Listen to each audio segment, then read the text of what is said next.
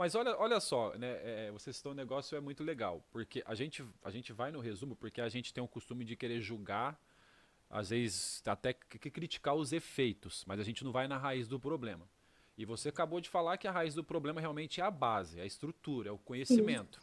E por ser famílias novas que estão se tornando e famílias cristãs, que normalmente estão vindo de congregam em alguma igreja, estão em algum lugar ali congregando e aprendendo. Né? Por exemplo, eu fui convidado para fazer um casamento de um casal, né? E eles não congregam na nossa igreja, são cristãos, mas de uma outra religião, são católicos, de uma outra sim. religião, e pediram para fazer o casamento. Eu falei assim, olha, não é porque eu sou um evangelista, pastor evangelista, que eu vou sair fazendo casamento. Eu faço. Só que eu preciso de um tempo de estudo com vocês. Vocês precisam entender o que é o casamento. Você falou uma coisa aí que é muito interessante. As pessoas casam para ser feliz. Eu aprendi diferente. Eu aprendi que o casamento eu tenho que casar para fazer o outro feliz. Que o eu já não existe mais. Né? O eu sumiu, acabou. O eu de egoísmo, só eu, acabou. Então é nós. Então eu vou casar com ela para fazer ela feliz, ela vai casar comigo para me fazer eu feliz. Então, nesse caso, eu falei para eles, ó, eu preciso de um tempo de estudo com vocês, a gente precisa passar um tempo estudando, para vocês entenderem o que é o casamento de fato e para que você vai casar com ela e ela com ele. Né? Aí sim eu vou fazer o casamento de você. Ah, tá marcado tal data. Beleza, então daqui lá a gente vai fazer um estudo, porque vocês precisam entender isso.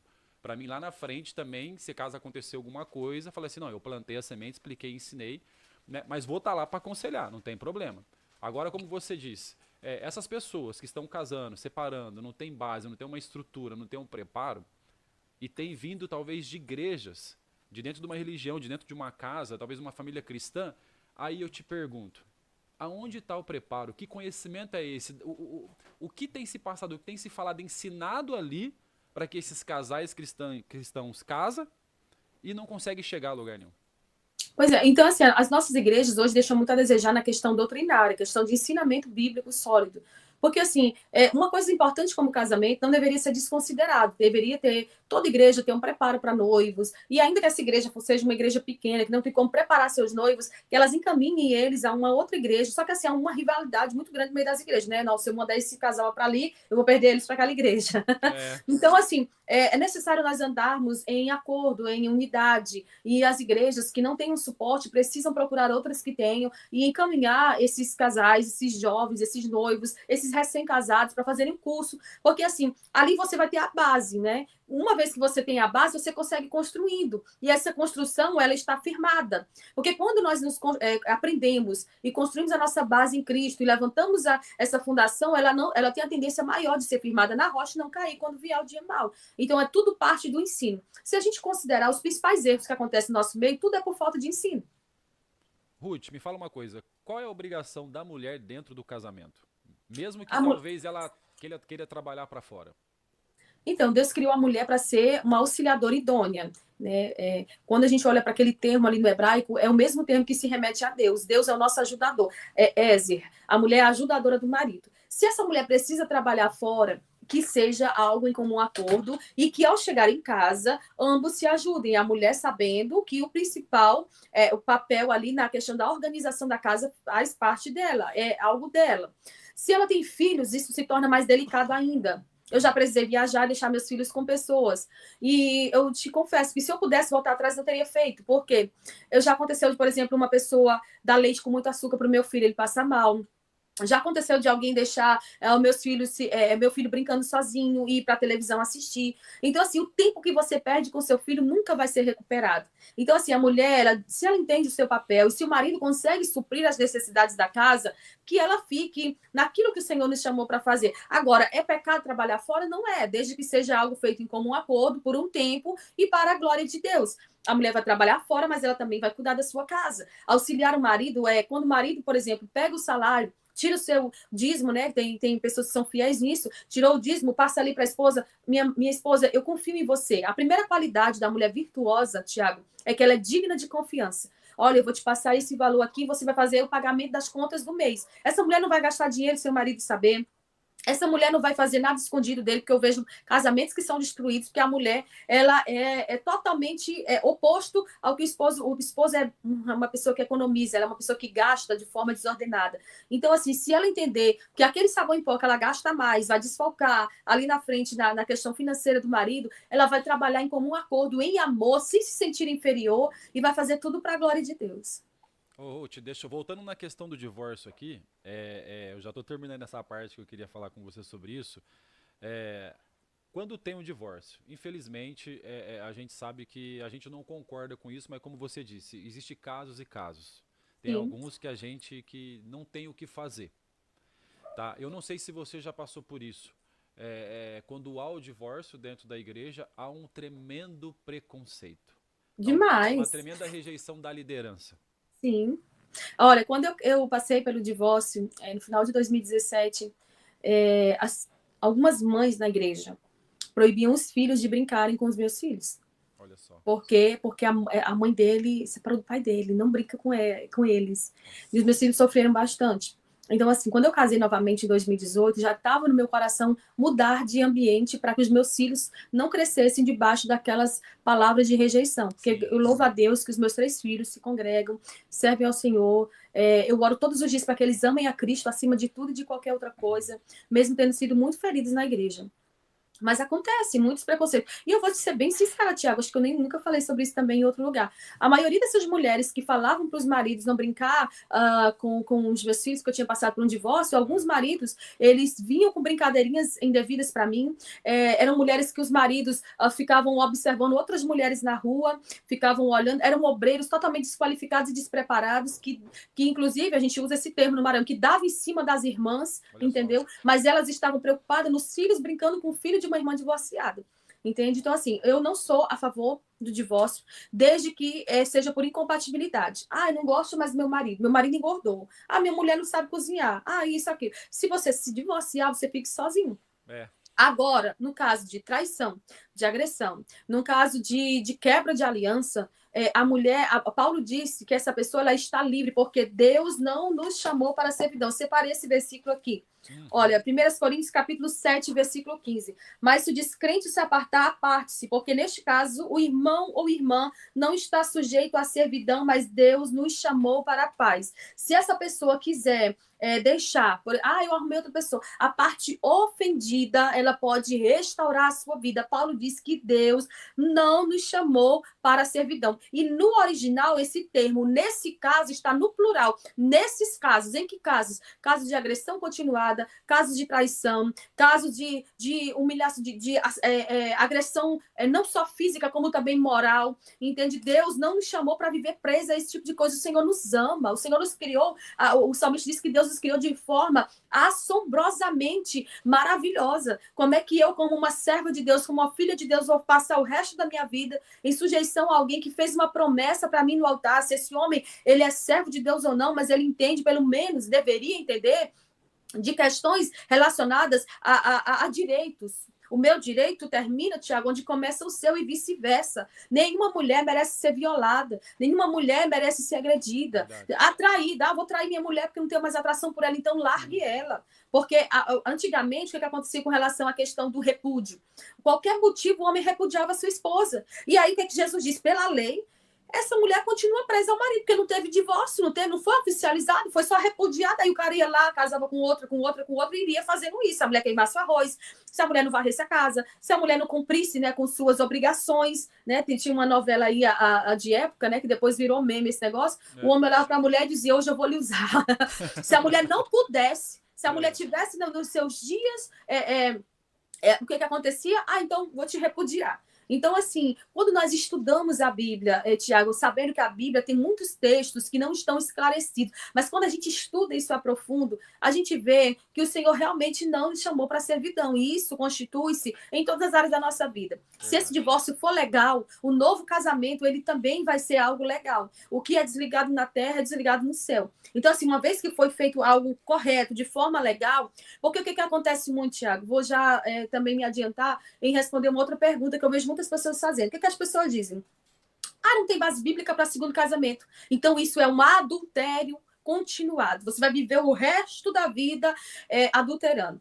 E o que, que a gente vai fazer, então, Tiago, com a maioria das pessoas hoje que passaram por segundo casamento e hoje estão dentro da igreja, Tiago? O que, que a gente vai fazer? Vai lançar esse povo tudo no inferno? Ué. Foi isso que Jesus fez.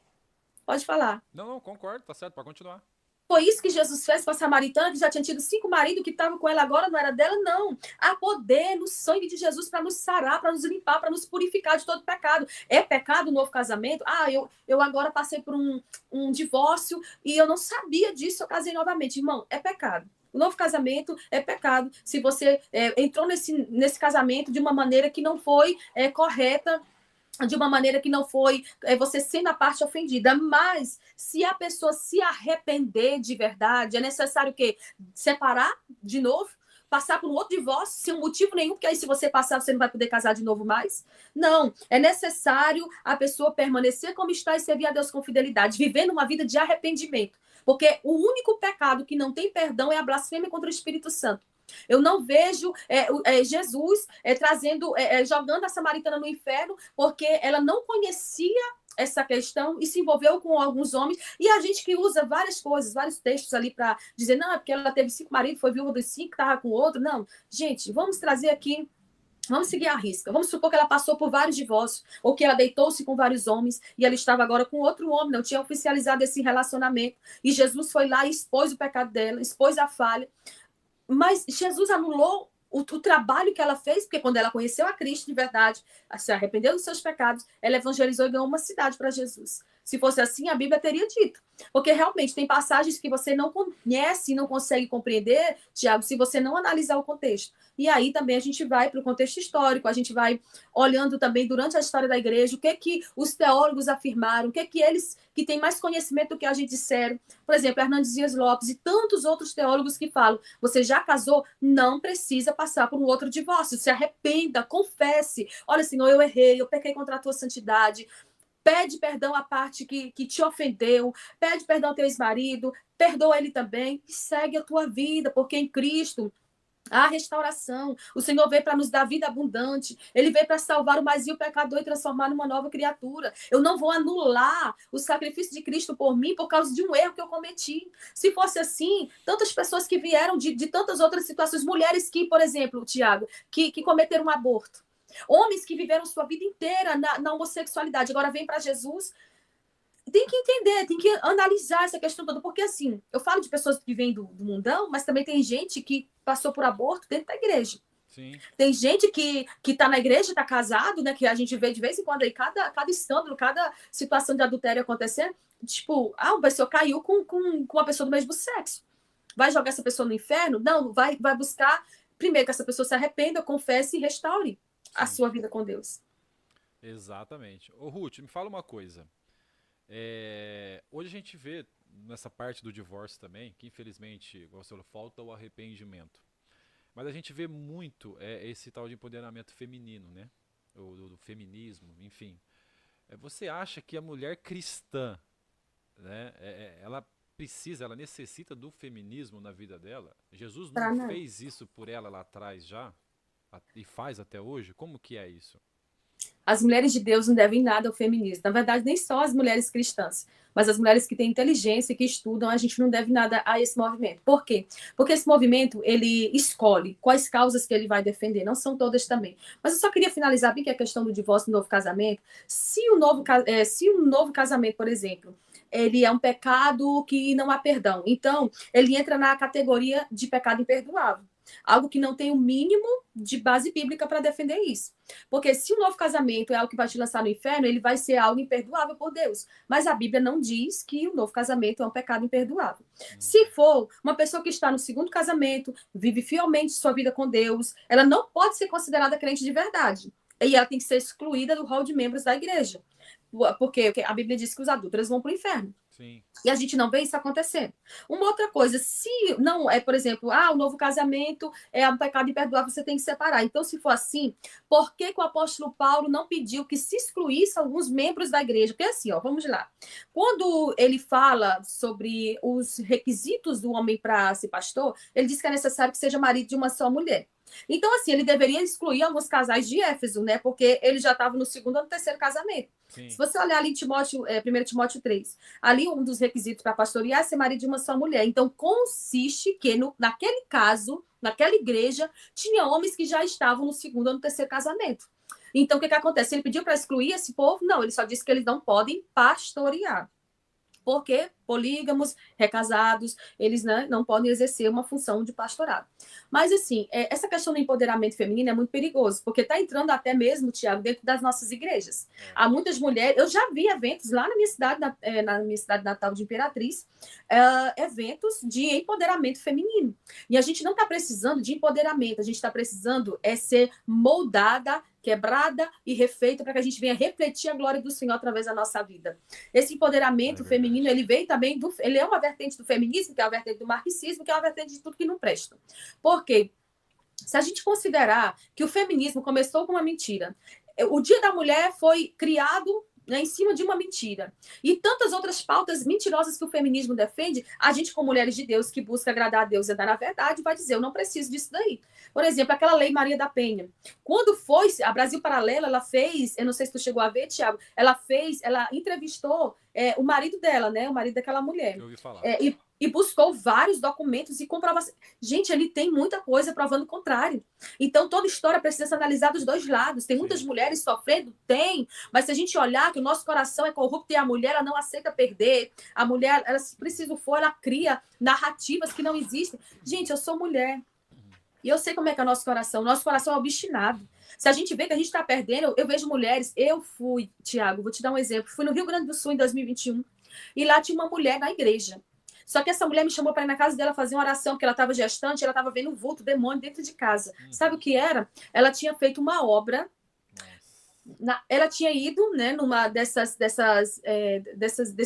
religião de ocultismo aí, né? Porque a gente tem que tomar muito cuidado até com o que a gente fala. Ela tinha pedido para fazer um trabalho e levou esse trabalho para casa dela, né? Levaram esse trabalho para casa dela. E aí, quando eu cheguei lá para fazer essa oração, tava lá uma santa banhada de mel em cima da geladeira. Ela disse, missionária, tira isso daqui da minha casa.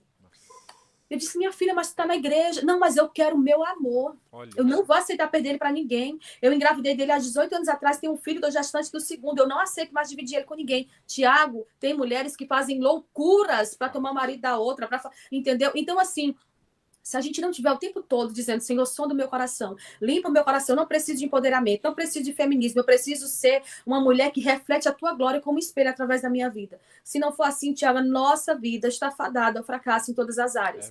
Podemos passar a vida inteira servindo a Deus e, como disse um grande teólogo, acordar no inferno por causa do coração obstinado que não foi regenerado, porque você não deu espaço para que o Espírito trabalhasse na sua vida.